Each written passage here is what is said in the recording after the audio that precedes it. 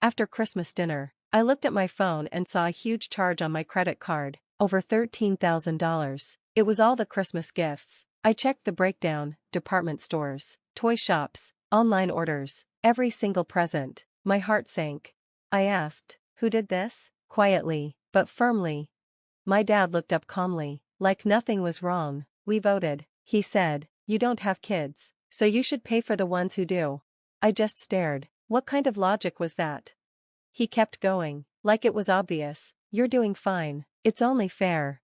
I looked around. My mom wouldn't meet my eyes. My sister acted like nothing happened while her twins opened gifts I apparently paid for. My cousin just gave a nervous shrug. "You used my card without asking," I said. "That's not fair. That's sneaky." Dad shrugged. "It's just money. You have plenty." My chest felt tight. I looked around the table, 12 people. Most of them only ever called me when they needed something, and now they thought I should pay for Christmas just because I don't have kids. "You're unbelievable," I said, standing up. "Don't ruin the mood," my cousin snapped. "The kids are happy." "Oh, I'm not ruining anything," I said, pulling out my phone. "I'm ending it." Dad laughed. "What does that mean?" I stared him down. "It means you're going to regret this." He thought I was bluffing. The next day, my phone blew up, 53 missed calls. My cousins were yelling. My mom was crying. My dad begged me to stop, but it was too late. I had already sent the message. I wasn't playing their game anymore. You don't just wake up and realize your family sees you as a wallet. It builds slowly, like water damage. You don't notice until the whole floor falls in. It started years ago. I got a good job after college. Nothing fancy, just steady. Meanwhile, my sister got pregnant and moved back home. My cousin quit school. My parents said it was just a tough time, and I was doing well. They kept asking for help: school supplies, rent, business costs, medical bills. I helped. That's what families do, right? But they never said thank you. They just expected more. I was the free babysitter, the emergency helper, the guy who could always afford it. Even when I was sick, they expected gifts. 3 months before that dinner, I took my niece to a bookstore. She picked out art supplies and a big stuffed sloth. She was so happy, but when I dropped her off, my sister frowned. "You're spoiling her," she said. "You think money makes you the fun uncle?" I was stunned. I had just spent my weekend with her kid, and that was her response? That's when it hit me. They didn't respect me. They just used me. I wasn't part of the family. I was their bank. Not anymore. When December came, our family started planning Christmas in the group chat. As usual, they expected me to host and pay for all the kids' presents again. I was ready to say no this time. Then my dad sent me a message: "You're good at this stuff, just handle the gifts again. We'll pay you back." But they never paid me back before, so I replied, "Only if we agree ahead of time who's paying." He read it and never replied. I thought they finally got the hint. I was wrong. They used my backup credit card instead, the one I gave my mom years ago for emergencies. She still had the number, and apparently, she gave it to others. The bill showed charges from 5 stores, none near her. She didn't buy anything, they did.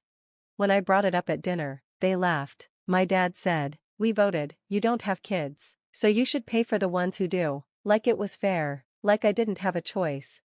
That's when I realized, they actually believed I owed them just because I don't have kids. Like my life didn't matter as much as theirs. When I told them they'd love what came next, they thought I was bluffing. They always thought that. That night, I couldn't sleep, not from guilt, but from everything I was remembering, the times they made me feel like less because I didn't have a real family. But as the sun came up, I stopped hesitating. I was done. I wrote an email. Subject: Holiday contribution changes. Message: starting now, I won't be paying for anything for our extended family anymore. No more Christmas or birthday gifts, school help, rent help, emergencies, or subscriptions. If you've spent money using my cards, expect a chargeback. If you saved or shared my card info without asking, expect legal action. You voted, I'm voting back. Merry Christmas. The childless one. I sent it to everyone: parents, sister, cousins, and even my aunt who once babysat me when I was 4 and thinks I still owe her. Then I turned off my phone. 7 hours later, I turned it back on. Boom, 53 missed calls, texts, voicemails, cousins threatening to sue, mom crying, dad begging me to stop.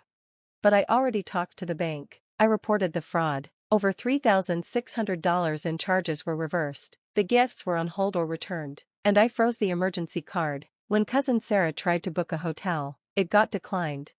The next day, my uncle called. He never asked me for money but never defended me either. He said, "Your mom's crying. She says you ruined Christmas." I said, "No, they did," when they turned it into a bill. He replied, "Can't say they didn't deserve it," and hung up. 3 days later, I got home from work and found my parents and sister waiting on my porch. Mom asked if we could talk. I said, "Say what you came to say." She said they didn't mean for it to go that way. I interrupted, "You thought I'd just pay again?" Dad said, "Let's not make this a war, we're family." I laughed. "You made it a war when you used my card and called it voting. That was betrayal." Rachel, my sister, said, "Oh my God, are you still mad? It's not like we drained your savings. I paid for your windshield last year." I said, "You said you'd pay me back."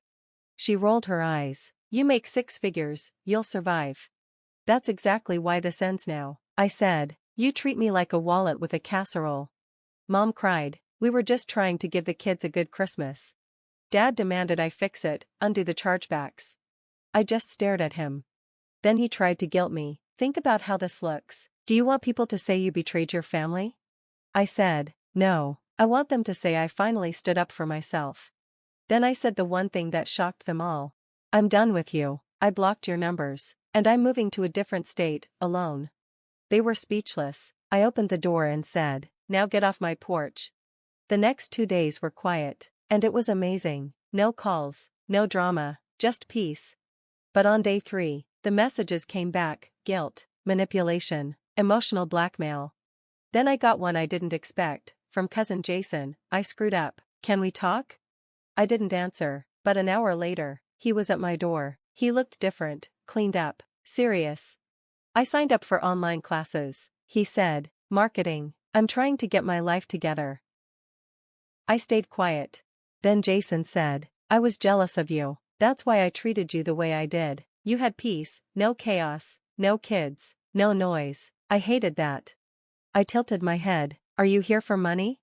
"No," he said fast. "I just wanted you to know, I'm not your shadow anymore." For a second, I almost believed him.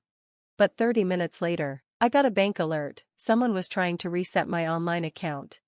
It was Jason. He hadn't changed, he was pretending. He didn't come to apologize. He came to test if I still believed their lies. So I locked every password, froze the backup card, and told my bank again. That was the last time anyone from my family came near my life. And then, I felt it, freedom. I ended my lease, took a new job in another state, better pay, fresh start, no family within 400 miles, but the best part wasn't the job or apartment. It was a message from Kelly, Jason's wife. She wrote, "I saw what he did. I'm filing for divorce. Thank you, you were the only one who ever helped." That hit me hard. She had seen it all, stayed quiet, until now, and I realized, maybe choosing myself gave her the courage to do the same. Before I left town, I dropped one last message in the family group chat. I renamed it, "This bank has permanently closed, try loving instead." Then I hit leave chat. As I drove away, car full of boxes, music blasting, I smiled. I was alone, but it didn't feel like a punishment anymore. It felt like freedom. Funny how quiet life gets once you cut out people who never really listened. After the move, I changed my number, blocked everyone, and that silence wasn't loneliness, it was peace, pure, deep peace. No more texts begging for help, no more guilt trips pretending to care, no more calls that only came when someone needed money. They were gone, not just out of my life, cut off. For the first time, I wasn't financially tied to anyone else. I was finally living on my terms. I found a small apartment, nothing fancy, but it was mine, my rules, my food, my space. The first night, I left my phone on Do Not Disturb, not because I expected a call, but because I knew there wouldn't be one. That kind of peace is healing, not needing to explain, not defending boundaries, not asking, "Am I being too harsh?" No, you're not being harsh, you're being free. They tried to reach me, new numbers, blocked contacts, even a fake Instagram account sent, "Come home, we're family, enough is enough." I laughed. Enough is enough? That's what I said when you stole from me and left. That's what I said when Dad told me I should do more because I don't have kids. That's what I said when Jason tried to hack my bank account again. But now, enough isn't a plea, it's a boundary, one they'll never cross again. I started therapy. I told my therapist everything. She didn't flinch. She just said, "You were taught that love must be earned through sacrifice." That stuck with me, because it was true. They made me feel like unless I gave, I wasn't worth anything. Unless I paid, I wasn't part of the family. Unless I sacrificed something, money, time, peace, they wouldn't even pretend to love me. That wasn't love, that was control, and I escaped it. People ask me now, do you regret cutting them off? Not for a second. I regret not doing it sooner. I regret paying for birthday parties I wasn't invited to, driving across town to pay overdue bills, remembering every cousin's kid's birthday while they forgot mine, letting them make me feel selfish for having boundaries. Now, I don't flinch when I think of them. They made their choice, I was useful, not loved, so I made mine. Unanimous, cut off. And the part they didn't see coming? I'm doing better than ever. I got promoted, I started traveling. I'm dating someone who only wants honesty and presence, not handouts. I picked up photography again. I'm learning to cook, real meals, not fast food eaten while paying someone else's rent. I adopted a dog. Her name is Balance. She's calm, loyal, and doesn't ask for anything but love, more than I can say for most of my family. Just when I thought the story was over, I got a message from an unknown number. "He's out. We're getting divorced." It was Kelly, now Jason's ex-wife. She said he spiraled, lost his job, got drunk, blew through his savings, and yes, he tried to use my old bank info again.